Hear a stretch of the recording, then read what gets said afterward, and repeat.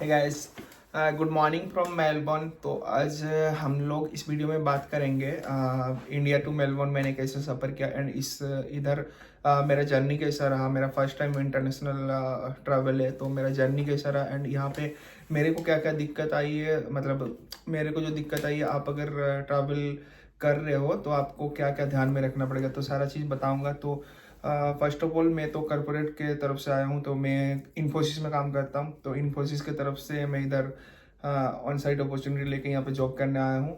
तो मेरा जो एक्चुअली फ़्लाइट था, वो मेरा फ़्लाइट था कोलकाता से मेलबर्न का फ़्लाइट था। तो यहाँ पे जो मेरा कनेक्टिंग फ़्लाइट था, तो मेरे कोलकाता से यहाँ पे मुंबई के लिए पहला फ़्लाइट था, फिर मुंबई से मेरा हांगकांग के लिए फ़्लाइट था second flight, and then Hong Kong से मेलबर्न के लिए। तो ये 3 फ्लाइट मेरे को चेंज करना पड़ा यहाँ पे। तो आप अगर प्लान कर रहे हो इंडिया से ऑस्ट्रेलिया मेलबर्न या सिडनी कोई भी सिटी ऑस्ट्रेलिया का आने के लिए, तो ये वीडियो एक बार जरूर देख ले, ताकि आपको चेक इन रिलेटेड कोई भी डिटेल्स अगर जानना हो, या तो इमिग्रेशन के बारे में कुछ भी जानकारी चाहिए, या मेलबर्न पे लैंड होने के बाद आपको अगर एयरपोर्ट पिकअप एंड सर्विसेज के बारे में कुछ जानकारी चाहिए, तो इस वीडियो में मिल जाएगा। जो मैं आपको इस वीडियो में सारी चीज़ क्लियर करके बता दूँ। तो सबसे पहले आपको एयरपोर्ट चेक इन करना पड़ेगा। जैसे मेरा फ्लाइट था इंडिया से ऑस्ट्रेलिया के लिए, तो अब मैंने कलकत्ता एयरपोर्ट पे उधर एंट्री किया। तो एयरपोर्ट में एंट्री करने के लिए अभी तो एक फर्स्ट सर्विसेज उन्होंने प्रोवाइड किया है, जो है डीजी यात्रा, जहाँ पे आप अपना photo and other details update कर सकते हो एंड बोर्डिंग पास अपडेट कर सकते हो। एंड वहाँ पे एयरपोर्ट में जो इतना बड़ा लंबे लाइन रहते हैं उसको अवॉइड कर सकते हो। तो डीजी यात्रा के थ्रू मैंने वहाँ पे चेक इन किया कलकत्ता एयरपोर्ट में। एंड मेरा जो फ्लाइट था, तो कलकत्ता से तो मेरे को मुंबई का जो फ्लाइट था वो है इंडिगो था। तो मैंने इंडिगो का काउंटर में गया एंड उधर चेक इन जनरली जैसे होता है, मैंने अपना लगेज बैग को चेक इन किया। उसके बाद मैंने अपना फ्लाइट लेके कलकत्ता से पहले मुंबई आए। तो मुंबई में आने के बाद मेरा जो इमिग्रेशन होने वाला था वो मुंबई पे होने वाला था। तो once I landed in Mumbai, वहाँ पे मेरे को फिर से चेक इन करना पड़ा। वहाँ पे जो मतलब लगेज बैग आपको चेक इन कराना पड़ता है ना, तो वो चेक इन कराना पड़ा। एंड मेरा जो मुंबई से फ्लाइट था हांगकांग के लिए, तो वहाँ पे मेरा जो एयरलाइंस था वो था कैथवे पैसिफिक। तो कैथवे पैसिफिक का जो काउंटर था उधर मैंने गया कैथवे पैसिफिक, एंड वहाँ पे अपन को अपना जो चेक इन लगेज होता है वो चेक इन कराना पड़ता है वहाँ पे। तो और कैथवे पैसिफिक का जो चेक इन बैगेज का क्वांटिटी होता है वो होता है वो लोग अलाउ करते हैं 23 kg। तो मेरा 23.2 kg था।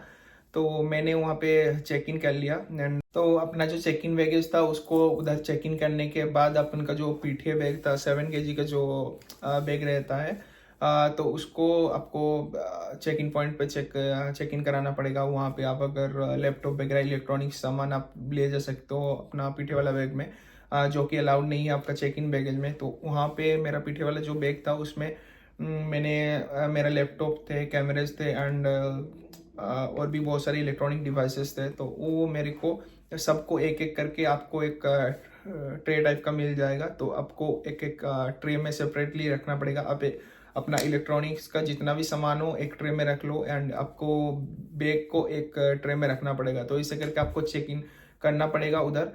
एंड देन आप जो कैथवे आप मेरा मुंबई से जो मेलबर्न का फ्लाइट था वो था मेरा कैथवे पैसिफिक का कनेक्टिंग फ्लाइट था। तो कैथवे पैसिफिक में आप अगर वहाँ पे अपना चेक इन वगैरह एंटर कर दिए तो वो आपको मेलबर्न पे ही मिलेगा। उन्होंने मेरे को एक रिसीप्ट दिया हुआ था, वहाँ पे डेस्टिनेशन लिखा हुआ था मेलबर्न। तो ऐसे करके मैंने वहाँ पे मुंबई एयरपोर्ट में मैं एंटर हुआ। फिर उसके बाद हम लोग को मुंबई एयरपोर्ट पे ही मेरा इमिग्रेशन था। तो इमिग्रेशन में आपको क्या क्या क्वेश्चन पूछे गए बता देता हूँ। वहाँ पे बहुत लंबा लाइन रहेगा, एंड आप अगर आप इमिग्रेशन ऑफिसर के पास जब जाओगे तो वो आपको उसको प्रोवाइड करना पड़ेगा। आपको अपना पासपोर्ट देना पड़ेगा एंड आपको वीज़ा ग्रांट लेटर वो देना पड़ेगा। मैं कॉर्पोरेट के थ्रू जा रहा हूँ, तो मेरा जो वीज़ा ग्रांट लेटर था वो मैंने प्रोवाइड किया इमिग्रेशन ऑफिसर को। And then they are asking about for how long you are going and normal questions, मतलब कितना दिन के लिए जा रहे हो एंड कौन से कंपनी है, बस वही सब। आपके ऑक्यूपेशन के बारे में वो लोग पूछ सकते हैं। That totally depends on their mood. But आप ऐसे क्वेश्चन पूछ के आपको वहाँ पे स्टैंपिंग दे देंगे। बट उन लोग को कुछ डाउट हुआ तो वो आपको उधर कस्टम ऑफिसर्स के पास भेज सकते हैं फॉर फर्दर क्वेश्चंस। तो वो मेरे साथ नहीं हुआ, मेरे को इधर ही वीज़ा ग्रांट उन्होंने स्टैंपिंग कर दिया इमिग्रेशन में, and then we are good to go. अपना जो इमिग्रेशन होने के बाद मेरा वीज़ा पे स्टैंपिंग पड़ गया उधर मुंबई पे हांगकांग के लिए। फिर उधर से मैंने हांगकांग के लिए बोर्ड जो फ़्लाइट था वो मैंने बोर्ड किया, एंड जो वो फ़्लाइट था मेरे को 5 घंटे का फ़्लाइट था मुंबई से हांगकांग का। तो अब 5 घंटे का फ़्लाइट लेके मैं हांगकांग पहुंचा। तो वहाँ पे ड्यूरिंग ट्रैवल इन फ्लाइट तो दे विल प्रोवाइड यू मील। तो वो मेरा आफ्टरनून टाइम का फ़्लाइट था, तो उन्होंने लंच प्रोवाइड किया था आपको। कैथो पैसिफिक फ़्लाइट में ही आपको लंच प्रोवाइड कर देंगे। लंच सही था, वहाँ पे मेरे को दिया हुआ था जैसे dry fish with basmati rice and something corn का कुछ दिया हुआ था। तो लंच उधर अच्छा था कैथे पैसिफिक का। एंड आपके जो फ्लाइट होगा, फ्लाइट के आपके सीट के सामने ही एक उन्होंने मिनी टीवी दे देंगे आपके एंटरटेनमेंट के लिए, क्योंकि लॉन्ग फ्लाइट है 5 आवर्स का। तो आपको एंटरटेनमेंट के लिए उन्होंने दे देंगे, हेडफोन रखा रहेगा, तो वो सब आप इंजॉय कर सकते हो। मेरा तो विंडो सीट था, तो आई enjoyed somewhat like outside of the window, and then I watched some movies. So ऐसे करके हम लोग हांगकांग एयरपोर्ट में पहुंचे। तो वंस वी रीच हांगकांग, तो हांगकांग में भी आपको सेम प्रोसेस फॉलो करना पड़ेगा। आपका जो 7 kg का बैगेज है तो उसको फिर से फिर से सिक्योरिटी चेकिंग के थ्रू जाना पड़ेगा।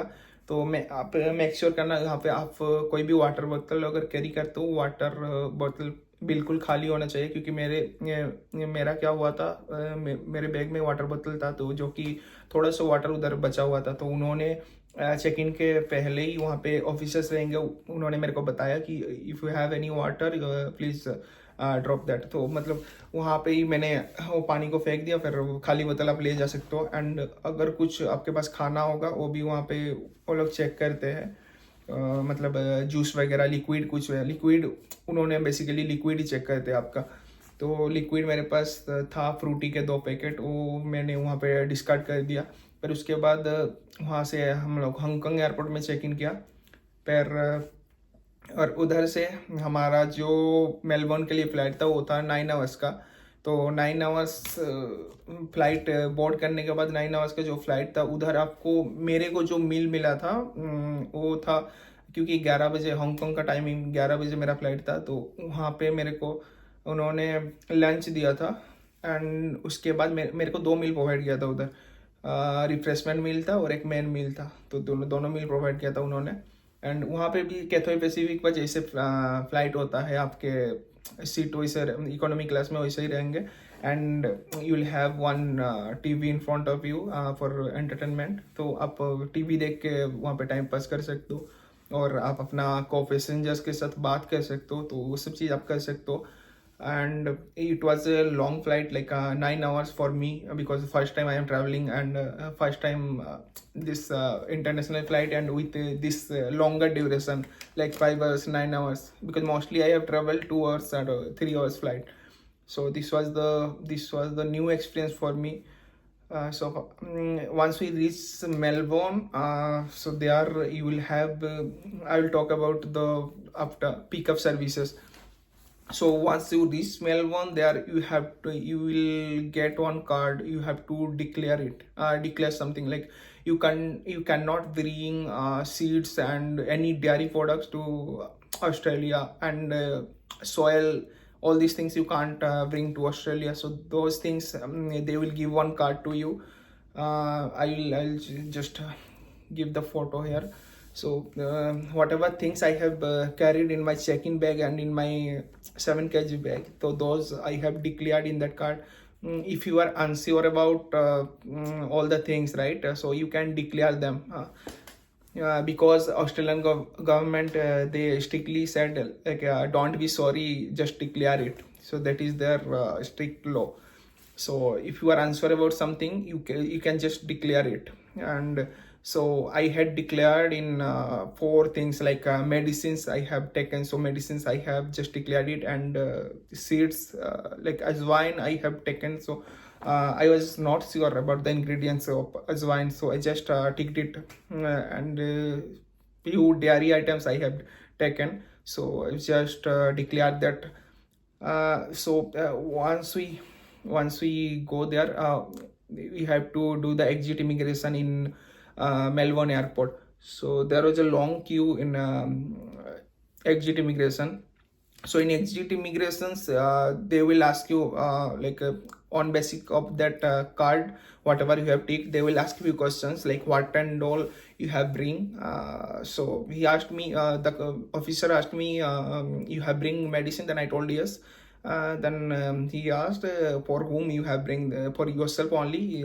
Then I told yes. Then he written something like question Q in beside of the seats which I have declared.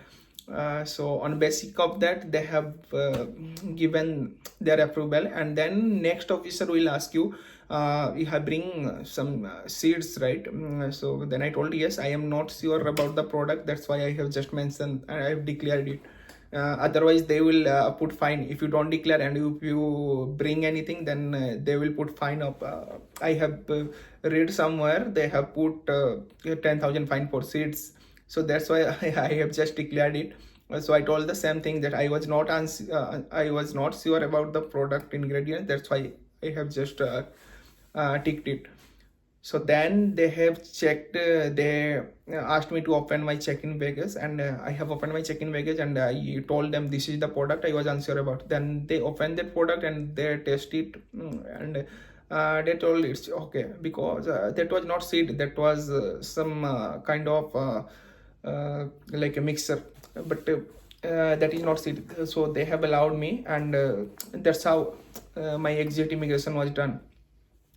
And then once you have done your exit immigration, then you can go out and look for a taxi. So you in Melbourne airport, our Indian SIM will not work. Then you can get a new SIM card. There you will have Vodafone store and what and all stores. Boost store is there. So they are having different kind of SIMs and different policies. So you can get one Australian SIM from the airport itself. For me, it was late night, like 12 p.m. I have reached Melbourne. So that's why I have not get the SIM card. मतलब वहाँ पे जो store थे वो सारे close हो गए थे 12 बजे तक, तो मेरे को तो नहीं मिला. एंड उसके बाद आप वहाँ पे अगर आपका सिम वर्क नहीं कर रहा है तो आप टैक्सी कैसे लोगे, राइट? तो वहाँ पे पुलिस ऑफिसर थे, मैंने उसको पूछा प्रीपेड टैक्सी कहाँ पे है, तो उन्होंने बता दिया आप जस्ट निकल के मेलबर्न एयरपोर्ट से लेफ्ट साइड में थोड़ा देर 500 मीटर चल के जाओगे, वहाँ पे आपको प्रीपेड टैक्सी मिल जाएगा. अगर आपको साउथ बैंक या डॉकलैंड जाना हो, कोई भी area which is around 20 kilometre, so they will charge you $70 to $90. सो मेरे को साउथ बैंक जाना था, मेरे दोस्त के पास एक दिन रहना था तो वहाँ पे मेरे को पड़ा वहाँ पे $90 around, which cost around $90, which is around 5,000 in Indian rupees. So we prepare for it. So that's pretty much of it, and I will see you in another vlog or another video, and all the best for your Melbourne journey. Bye.